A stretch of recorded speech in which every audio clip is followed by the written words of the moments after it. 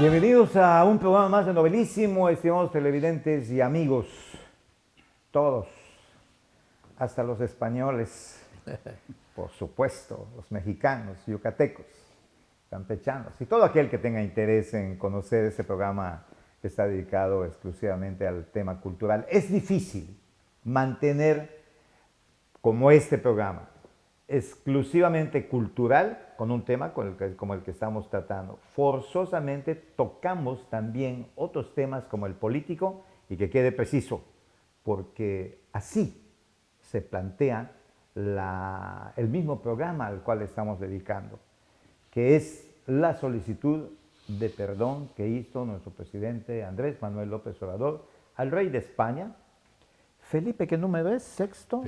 Sexto. Y a nuestro Papa, que le encanta que le llamen Francisco, simple y sencillamente Francisco. Por cierto que ha ganado mucha simpatía con sus declaraciones. Y para tal efecto han vuelto a aceptar desde el inicio la invitación que les hice a mis entrañables amigos, el licenciado Juan Caballero Corral, gracias Juan. Gracias. Y al contador público José Antonio Cuevas León, gracias compadre. Muchas gracias. Les dije en el programa anterior que quería dar por sentado una premisa que la siento yo, hasta indispensable para el tipo de plática que estamos teniendo. ¿Qué es lo que se trata de festejar en el año 2021? Se trata de festejar los 500 años de la caída de Tenochtitlan, 13 de agosto del año 1521. Después de 90 y tantos días de asedio, las huestes no españolas, porque en ese momento España ni siquiera existía, los soldados castellanos aliados con Aragón y formaron pues lo que era el reino de Castilla y el reino de Aragón con Felipe II y la reina de Castilla, hicieron una fuerza bastante combativa y lograron reunir a los otros reinos. ¿A través de qué? Del oro que les llegó de México y de Perú. Y entonces nació, en 1528, la España, que hay quien le quiere llamar la madre patria. Ese festejo, para mi gusto, es lo que también hay que conocer las causas. Es motivo de un festejo la caída de Tenochtitlan. Nosotros nos llamamos un país México. En ese entonces no era México, como Yucatán no era Yucatán. Eran los cocomes, los itzáes, los cheles, los chihues. Y en México eran los tlaxcaltecas, eran los otomíes, eran los purépechas, eran los mexicas. Sin embargo, hubo un eje central que dominó a buena parte de su entorno y llegó con su influencia hasta Centroamérica, y fueron los mexicas. Tenían toda una organización y son también los que combaten frente a frente contra 1.200 españoles que traían armamentos de aquella época, la pólvora, el cañón, el arcabuz. Los caballos. Los caballos, las lanzas y las espadas que tanto daño causaron. Cosa curiosa, los historiadores dicen que cuando salía la bala del cañón, barría las filas de los soldados aztecas, los guerreros aztecas, de tal manera que era una verdadera masacre, porque ellos, su estrategia era pelear en grupo, apabullar al enemigo mostrando el número que eran e ir en bloque. No tenían tanta estrategia, lo cual sí tenían los españoles. Fueron auxiliados por 200,000 tlaxcaltecas, aparentemente ese era el número, y se equipara al número de más de 100,000 combatientes aztecas. Esto nos sella como país, que nos llamemos México, que veamos al país que le llaman mundialmente el país azteca, porque de alguna manera se va dando lo que más prevalece. Pero ese es el motivo. El celebrar la caída de Tenochtitlan en agosto de 1521. Con lo cual, pues yo no estoy de acuerdo que se celebre por parte de un vencedor. Alguien dice por allá, ¿y por qué no le piden perdón también a los Estados Unidos porque le quitó a México la mitad de su territorio? Porque México no está celebrando juntos, Estados Unidos no le está pidiendo a México que celebren juntos esa rendición de las tropas mexicanas que hizo que perdamos la mitad del territorio. ¿O por qué no se le pide perdón a Francia por la invasión que hizo y nos impuso a un emperador europeo con Maximiliano? Porque Francia no pretende, es pregunta y es respuesta que hago, porque Francia no pretende pedirle a México que juntos celebren, festinen la llegada de un emperador que le dio a México una corona, que podía rivalizar o competir también con otras testas coronadas de Europa. No, en el caso de España sí, la caída de Tenochtitlan, cañones contra lanzas, piedras y flechas. Eso fue muy desigual. Hubo 40 siglos de diferencia en tecnología, incluida la militar y las armas. Era previsible dónde iba a quedar el triunfo. Y al decir esto y esta explicación un poco alargada para lo que es este programa, pues lógicamente dejo sentir cuál es mi pensamiento, pero me atrevo a decir, Juan, tú naces en la Ciudad de México. No, yo nací en Nuevo Laredo, Tamaulipas. Pero muy chiquito me llevaron a la Ciudad de México, ahí crecí. Ahí te hiciste. Ahí me maleduqué. Ahí conocí a mi esposa, que sí nació en la Ciudad de México. Nos casamos y de luna de miel nos vinimos a Quintana Roo y aquí estamos todavía. Pero lo que estás explicando de tantos años que pues, te llevan muy pequeño a la Ciudad de México, me permite preguntarte algo que no lo sé exactamente. Tú que has vivido en la Ciudad de México, ¿cuántos monumentos hay al conquistador, invasor o colonizador, como le queramos llamar, Hernán Cortés en la Ciudad de México? Que yo conozca, ninguno. No conozco ninguno. No dudo que los haya, pero yo no lo conozco. Hay otros monumentos, hay monumentos a otros personajes. Te voy a decir, por ejemplo, uno muy importante en un lugar muy cercano a la Plaza del Zócalo, al que fue el primer alcalde de la Ciudad de México. No alcalde, el presidente del Cabildo, ahora sí, Primo Verdad, Primo de Verdad y Ramos. Tiene un monumento precioso, ¿no? Hay un monumento a Colón, hay un monumento a... Bueno, Primo de Verdad participó en la independencia de México, si no me equivoco. No, este es otro. No, Primo de Verdad es del primer ayuntamiento de México. Ah, bien. La época de la colonia, sí, ¿no? Recién establecido el gobierno español Okay. en la Nueva España, Ya. que además es otra cosa, hay que decir. México se constituye en la independencia, pero durante 300 años fuimos Nueva España. Un territorio al que, por cierto, nunca vino un rey español. No hay una sola visita de un rey español a México durante la colonia.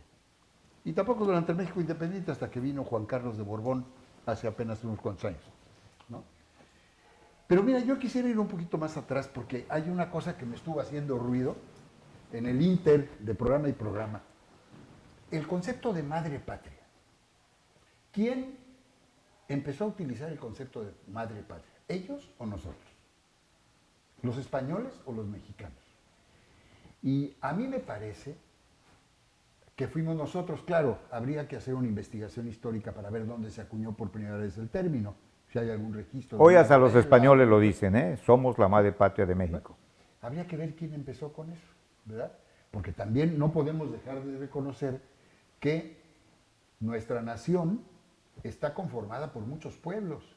Los españoles, los indígenas, los africanos, los chinos, los árabes, muchos pueblos que coincidieron en esta nación. Es un mosaico que ha dado origen a nuestra nueva raza, a nuestra nueva, pues sí, raza, diría yo, ¿no? Bueno, somos mestizos. Tú, aunque me ves cara de español, que sí la tengo, no lo puedo negar, tengo un poquito de sangre tarahumara, ¿verdad? ¿Por qué? Porque mi tatarabuelo ya se casó con una mujer tarahumara Y bueno, de ahí vinieron mi bisabuelo y luego mi abuelo, ¿no? Y ya no hubo otra sangre indígena aportando a mi familia y así, por eso salí como salí, ¿no? Bueno, pero a mí me pregunto eso, ¿no? ¿De veras alguien de aquí o de allá empezó a usar ese término de madre patria? Ahora, en la Ciudad de México, la que fue la gran Tenochtitlan, tú tienes razón, era la gran capital del Imperio Azteca. Pero el Imperio Azteca, como cualquier imperio, dominaba a los pueblos circunvecinos y parece que no eran muy buenos como imperio. Los tlaxcaltecas estaban hartos de los aztecas por los tributos que les tenían que pagar, en personas, en muchachos para sus ejércitos, en mujeres para sus soldados, en productos alimenticios, etcétera, etcétera, etcétera. Y algunos historiadores que yo he leído dicen que eso fue el factor fundamental del que se valió Cortés para que se aliaran con él. Para llevar agua a su molino. Claro, Cortés no al molino de la gente, de la sociedad. No, No claro. actuó políticamente, actuó como actúan los llevar agua a su molino. Así es. Utilizó a los Capitalizó. tlaxcaltecas a Caracapa. Es parte del Capitalizó. éxito y que se le reconoce, Se le ¿eh? reconoce, claro que sí, Pero el éxito como qué? como guerrero. Como guerrero, como guerrero, conquistador. Como conquistador, claro. Como conquistador, ¿no? Bueno, ahora, que el pueblo azteca haya sido vencido y conquistado por una tropa formada por españoles y por tlaxcaltecas, tampoco nos debe de... Nos duele en lo personal, pero la historia universal está llena de eso. Definitivamente. Los pueblos, desde que el hombre es hombre, han peleado por la tierra, han peleado por los alimentos, han peleado por eso, por la subsistencia. Los españoles que llegaron acá venían ávidos de ¿qué? Oro. De oro, buscaban oro, ¿verdad? Y bueno, alguien le dijo a Cortés que Moctezuma tenía un gran tesoro y en su mente europea, conquistadora, registró que lo que tenía Moctezuma era oro. Tremendo chasco se llevó cuando se dio cuenta de que el oro no existía como él lo concebía en la Europa. Después los mineros lo encontraron y se llevaron toneladas y toneladas de plata sobre todo, ¿no? Pero bueno, pero no era eso lo que buscaba Cortés. Él no era un colonizador, como fueron, por ejemplo, los irlandeses que llegaron al norte de lo que hoy son los Estados Unidos. Esos eran colonizadores. Venían con la intención de quedarse a colonizar y por eso exterminaron al indígena.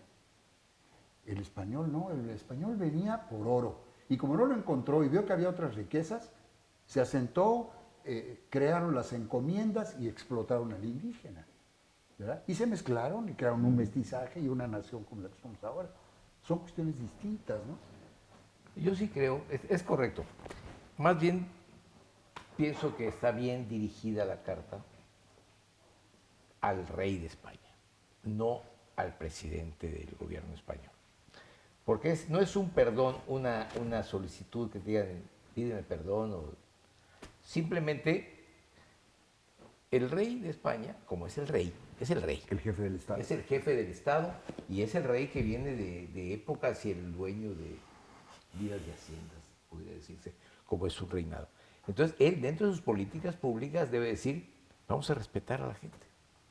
Vamos a respetarlos, ya ya los tratamos, ya los invadimos, los conquistamos, ya nos conquistamos juntos, hicimos una mezcla y ya somos una sola gran familia.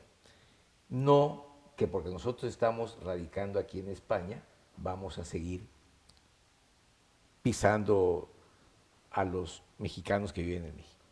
¿Qué pasó con los árabes cuando invadieron España? Ellos respetaron a los españoles y cuando se fueron, después de 500 años. Y los españoles nunca 800 perdieron, años. 800 años. Los españoles nunca perdieron, o sea, no los pisaron. Les permitieron seguir viviendo con sus costumbres y ellos hicieron su vida aparte, hicieron su sociedad, ¿no? No trataron los españoles a los mexicanos, o no tratan los españoles a los mexicanos como los árabes trataron a los españoles. Allá está la gran diferencia. Y todo es producto, dicho sea con respeto, de cierta ignorancia. Los españoles que vinieron a México eran soldados, algunos. Otros eran presos, Sí. otros eran gente de la más baja alcurnia, que vinieron y agarraban a una mestiza y la violaban. Y aquí había gentes con clases sociales y las invadían. Y empezaron bueno, más mataron a los mexicanos las enfermedades que nos trajeron ellos que las lanzas y las flechas. Las enfermedades mataron más gente en México. Acabaron la peste, con la sobre vida de la todo, peste. la viruela, el sarampión, porque ellos, la además, difteria, cosa que ya había en España, y aquí el pueblo era tan sano. Era un pueblo sano, no la tenía, y no teníamos nosotros las defensas, digo, hablo de nosotros. No se vivo allá. generaron, sí, se Los entiende. mexicanos no tenían las defensas para soportar este tipo de enfermedades. Y no vas haciendo estos símiles.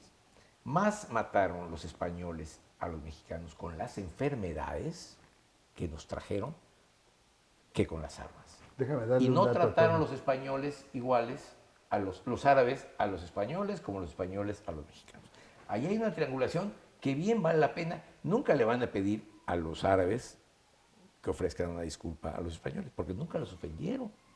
Los trataron con respeto. Cuando Tarik invadió el sur. En cambio, a nosotros a los mexicanos no los trataron con respeto. Y no importa. Y esa es una política pública que debe de implementar. Es una plática que debe tener el rey de España con sus súbditos, no el presidente con sus votantes. El presidente con sus votantes para que administren el gobierno español. El rey de España son sus súbditos y todos los españoles son súbditos del rey. ¿Ibas Es a como hacer los una católicos. aclaración? ¿Ibas a intervenir en algo? Enriquecer lo que acaba de decir Toño. Hay un dato que a mí siempre me ha parecido muy interesante. Los españoles vinieron en busca de oro. Entonces trajeron a la América la minería. Los pueblos prehispánicos no conocieron la minería.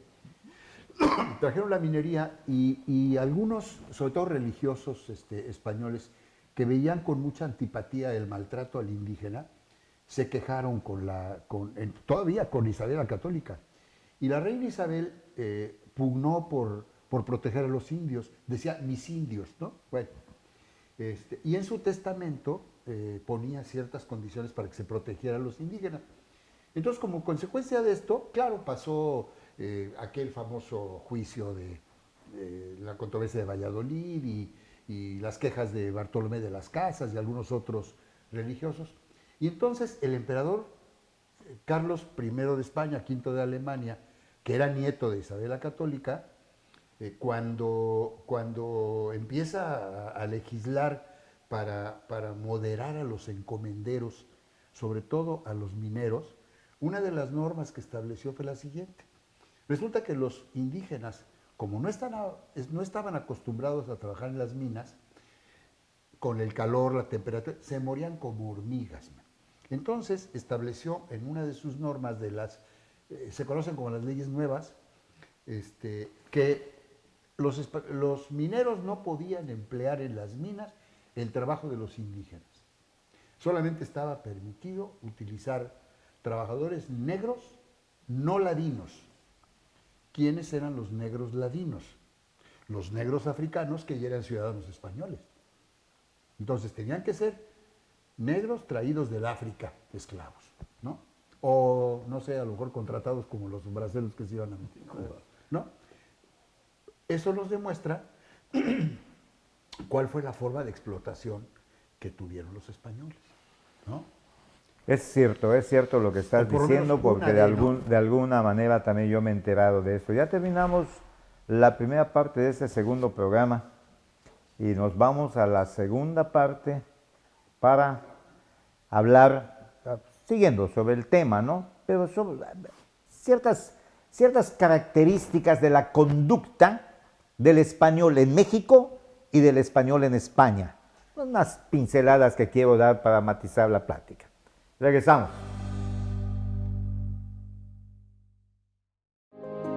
Las cosas que queremos, los proyectos que empiezan, las ilusiones concretadas necesitan una asesoría legal y una base concreta.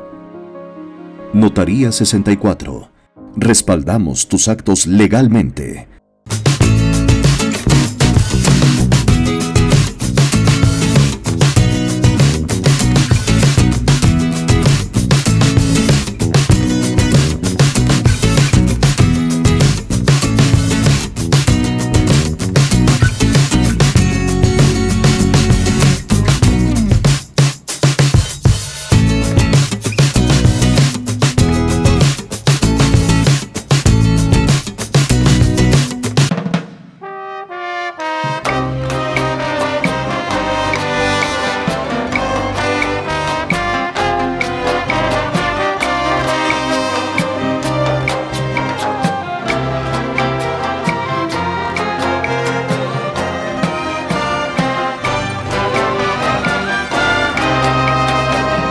Nada hay mejor que amor correspondido. Amor solo se paga con amor. Nada hay mejor que amor correspondido.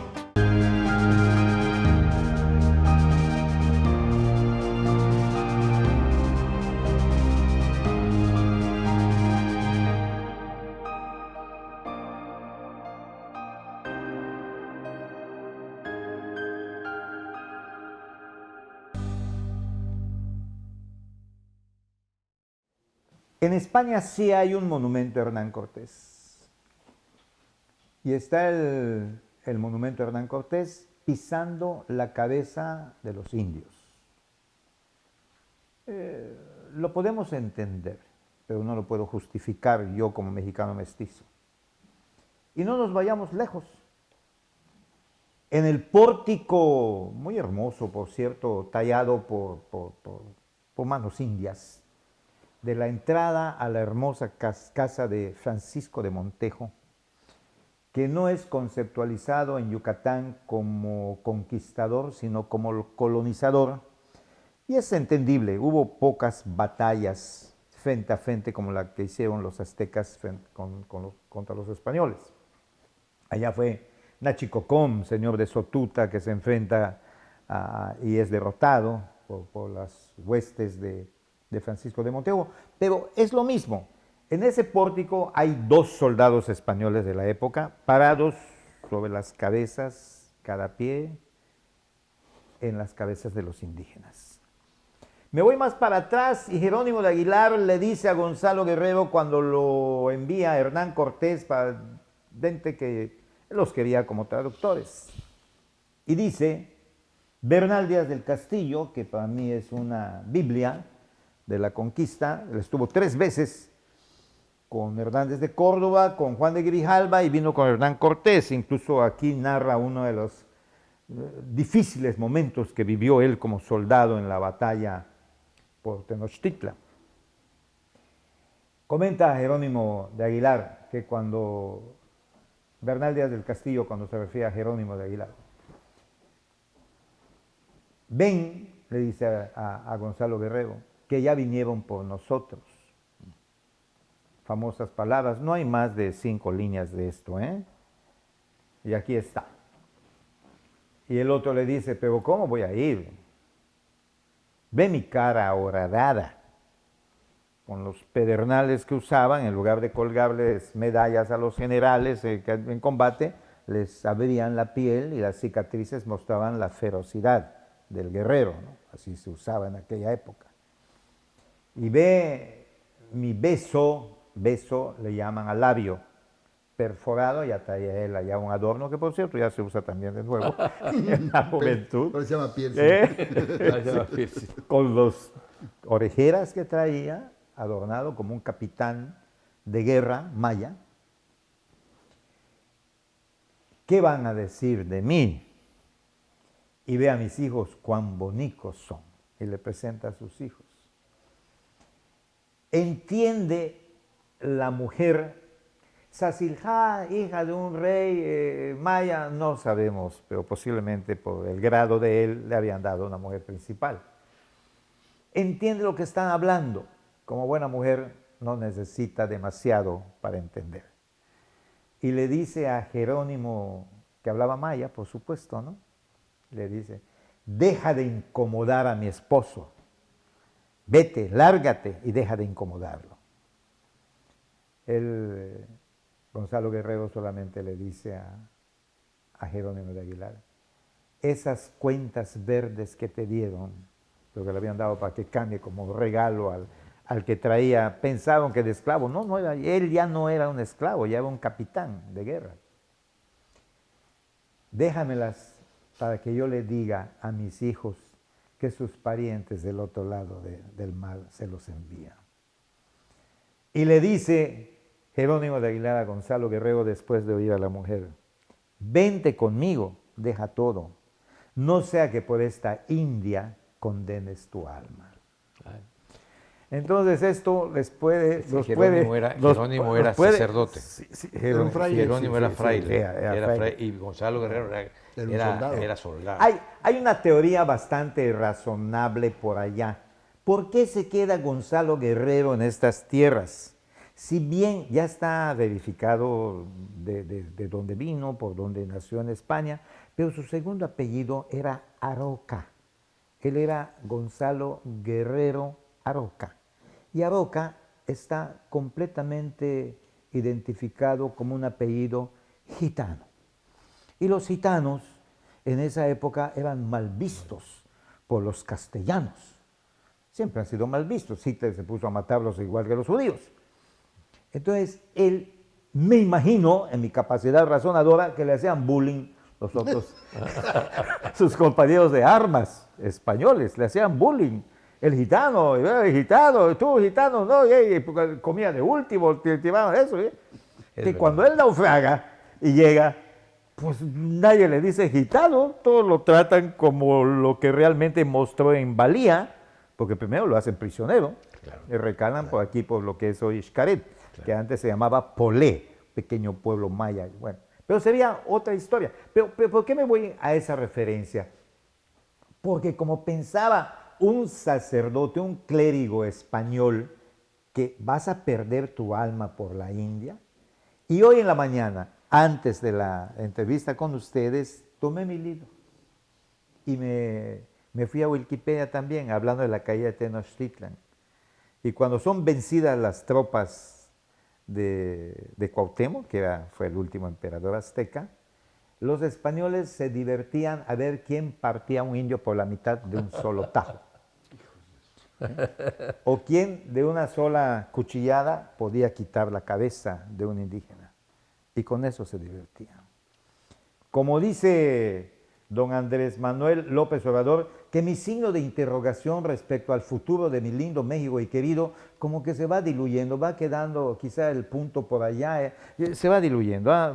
Me voy eliminando ciertos temores de una historia socialista que otros pueblos han demostrado que no es la solución, según mi conceptualización. Pero creo que él va por otro lado y dijimos que este programa no se trata de política, pero de alguna manera también se toca. ¿Y qué es lo que él dice? Pero ¿cómo vamos a festinar? ¿Por qué vamos a festejar el asesinato que le hizo Hernán Cortés a nuestro insigne y venerado Cuauhtémoc? Porque sí es cierto que eran sanguinarios los aztecas, tenían una religión terrible, su principal dios Huitzilopochtli, el dios de la guerra. Pero tenían poetas, como el emperador Netzahualcóyotl. Ese quería vivir entre flores perfumadas y cantos de los pájaros, y en el combate que mueran al filo de la obsidiana mostrando su valor. Entonces, eso se acabó. Se acabó. Yo creo que en buena parte veo, y soy muy aficionado al box, veo esa bravura del azteca en nuestros boxeadores, que han hecho mucha fama en el mundo por morirse en el ring, ¿no? Pero a lo que voy, sí estoy de acuerdo contigo, Cuevas, en el sentido de que sigue existiendo, no sé si sea la palabra correcta, un atavismo del indígena hacia el blanco descendiente de españoles e incluso hacia el amestizado.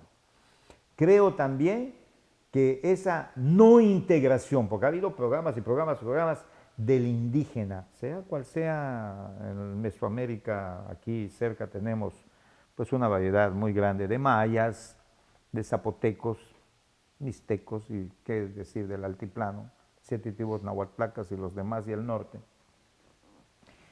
No se integran, siguen sintiendo, genéticamente hablando, un resentimiento, según mi interpretación. Y es contra lo que se debe de luchar para una integración total. Me encantó, no está presente, pero invité a Jesús Polmo a este programa, porque me gustaría ver más Jesús Polmo por acá. Indígenas mayas o zapotecos o de donde sean o aztecas, que por cierto los mayas son los únicos que conservan sus apellidos, Canul, Huitzil, Puc, Tum, tantos apellidos mayas. Preguntas en el altiplano, ves todas las características mayas y cómo te llamas, pues Son muy pocos. Adriana López Sánchez, ¿no? Ahí quitaron, ¿no? Pero ese resentimiento siento yo que existe. Esa identificación, si estamos hablando de un presidente de la República, es un ente político y por lo tanto todo lo que vaya a hacer va a ser político. Y esto que hizo es político. No sé, a ver qué opinas de esto, Juan. Se da a conocer esta carta porque se filtró.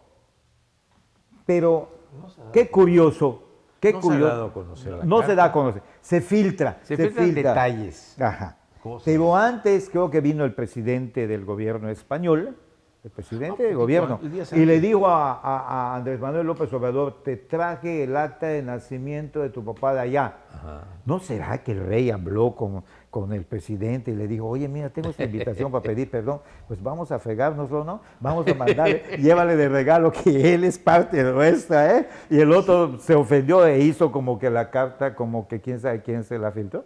Puede ser, ¿no? En el mundo de la especulación puede ser que así haya sido. Ah, sí, ya me descubriste, ¿eh? Pues ahora la hago pública y que salte lo que tenga que saltar. Pero te hice la pregunta. Mira, yo creo que eso de que la carta se filtró es un cuento chino que... Que nadie que lo no, cree. no. Al gobierno federal mexicano no se le filtra un documento así, ni a ningún gobierno Claro, que se respete. claro. No se filtra un documento así. Coincido contigo. ¿No? Ahora, los políticos cometen errores, ¿no? Y a veces hay torpezas. Yo recuerdo, por ejemplo, la torpeza de Vicente Fox, que lo hizo de buena fe cuando le dijo a Fidel Castro, pues vienes, cenas y te vas, Sí, hombre. ¿no?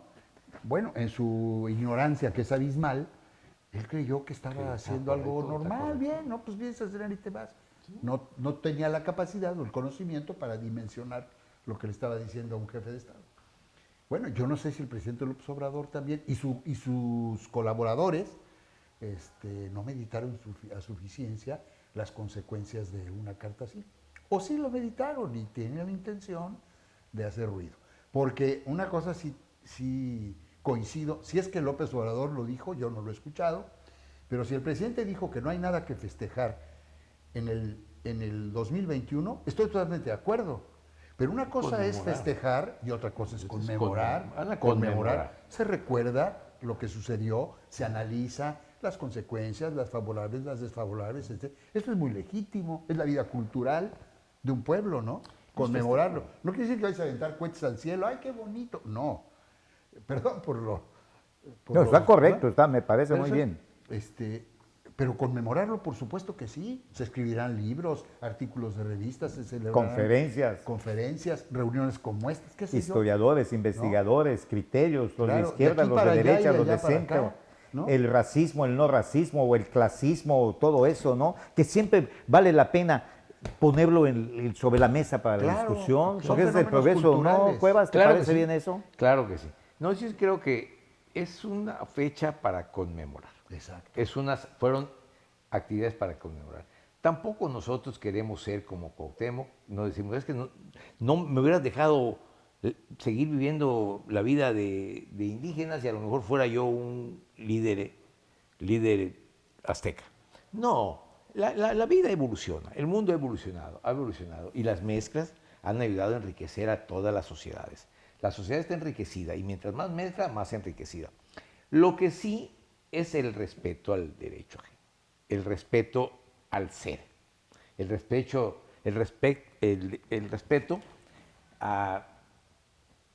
a mi espacio.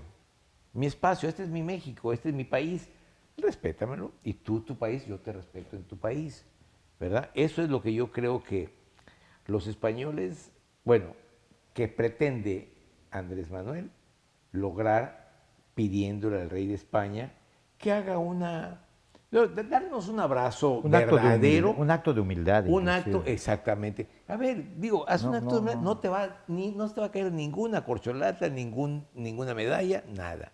Ni yo me voy a poner nada. ¿Qué dicen que puede ser porque es cuestión política, por las elecciones? Es correcto, pues todas las actividades que hace un político tienen que ser políticas. Y más como Andrés Manuel, que ha vivido en los últimos 20, 25 años dentro de la política. Pero también las actividades políticas se hacen para beneficio general o se hacen para beneficio particular. Aquí yo creo que este es un movimiento político que él está pretendiendo tener con beneficios universales. Pero no solo universales para los mexicanos, universales también para los españoles. Porque un acto de humildad no te hace más débil, simplemente te hace más fuerte moralmente. Este es un movimiento moral, como dice Andrés. Tenemos que engrandecernos moralmente. No tener más dinero te hace más inteligente, ni te hace más grande. Pero sí tener una mejor educación, respetando a las personas de enfrente, siendo más modesto, sí te puede hacer más grande y más inteligente. Yo creo que la intención de este presidente es un acto político, sí. Y una actividad política, pero para que beneficie a todos, no para que beneficie a unos cuantos. Para que se congratule con una masa de población que creo que ha identificado su sentimiento. Si se para ahorita Andrés Manuel López Obrador ante una multitud y les pregunta, ¿qué dice el pueblo? Debe de ofrecer un perdón, debe de ofrecer una explicación, cuando menos un perdón, el rey de España. Ustedes se imaginan que va a contestar el pueblo.